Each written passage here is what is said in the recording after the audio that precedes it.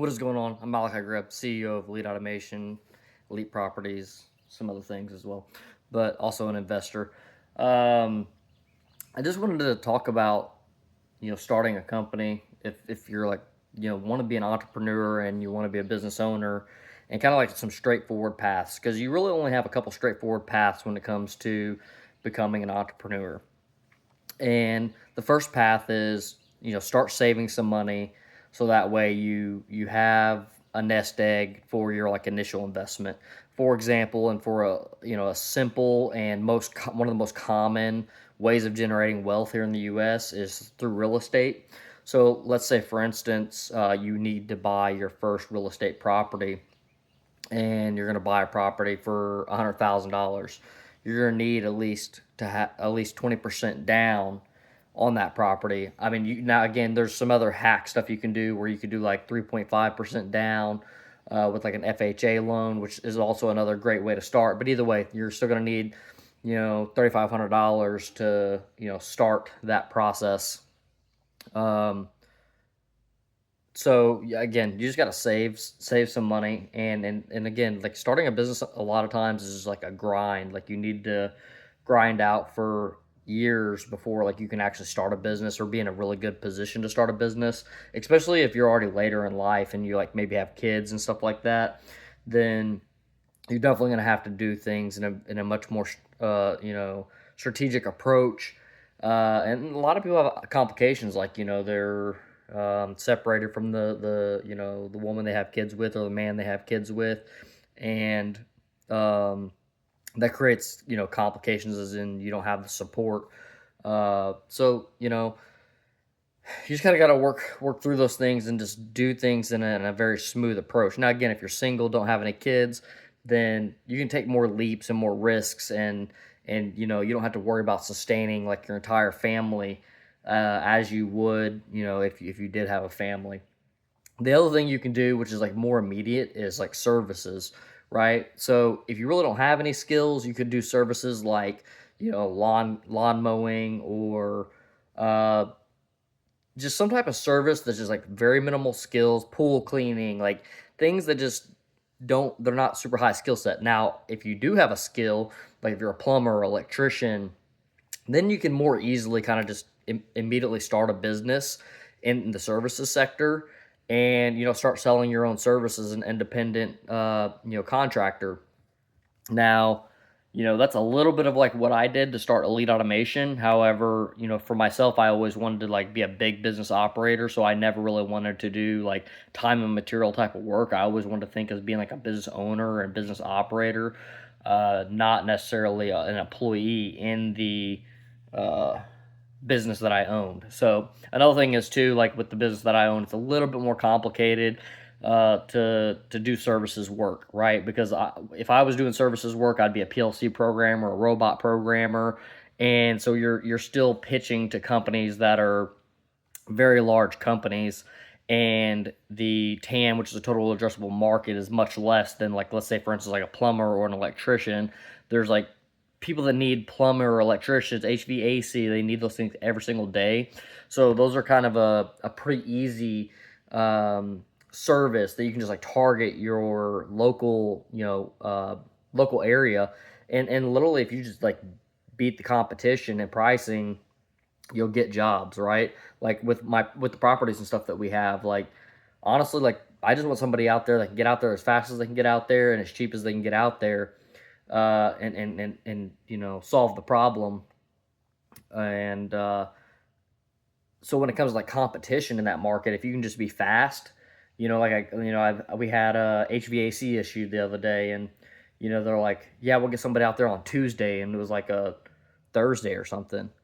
And it's like, Tuesday, like I have people that stay in this property. I can't wait till Tuesday, so I had to basically search around and find somebody that could go out there the next day. And so even then it was still next day, but like if you can compete and be ready to be out there right then and there, you can capture all that emergency service work. And then if you go out there and you do it and it's a good price and everything, like the guy that went out there, it was like $300 or something for whatever he fixed. And so for um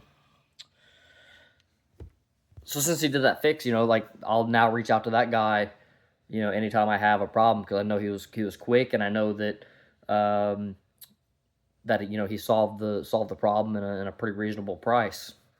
And he also replaced a few contactors on the unit, on the inside and outside unit. So like there's probably $50 in materials for each one of these, $100 in materials total, plus his labor to do it. But point being is that those services are an easier and more immediate way for you to uh, jump into starting a business. Again, if you're wanting to be like more of an investor, then you have that as an option as well. Now, if I was just to call out like what's the best way, the thing isn't really that there's a best way. Going like, let's say for instance the real estate route, a route like that makes it more easily to gradually maybe leave like a 9 to 5 job.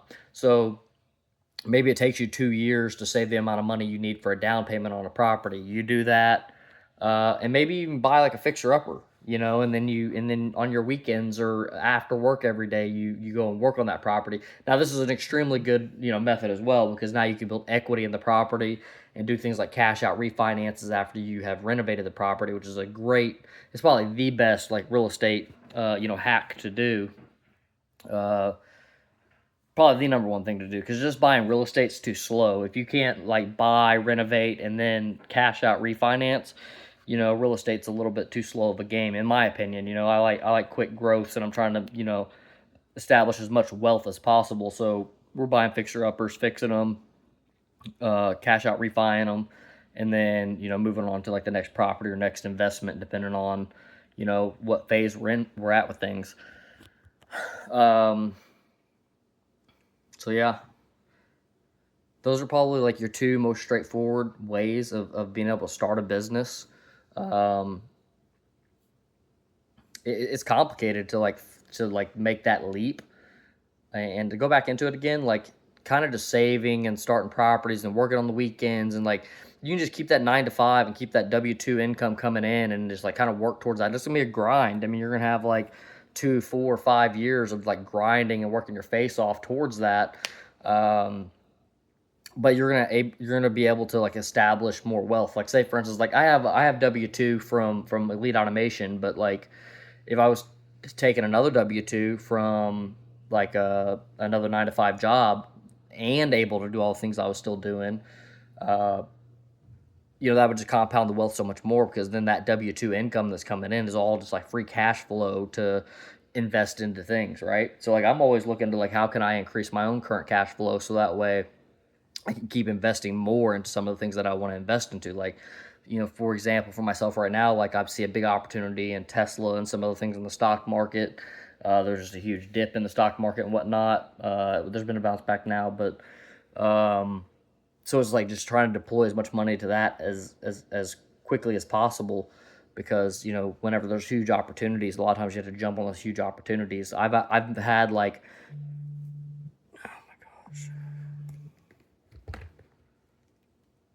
like probably two to three significant stock market opportunities where like I made significant amount of money in the stock market. One time is where I was able to start Elite Automation, and so that gave me like some initial decent amount of money to start Elite Automation with, and where I didn't have to worry about a W-2 income, and I just lived off that money that I was able to save. I saved a bunch first, but then also invested it as I was saving it. Um, and so again, that was the first thing, and then we had like another similar opportunity where we was able to buy one of the first houses that we ever bought cash.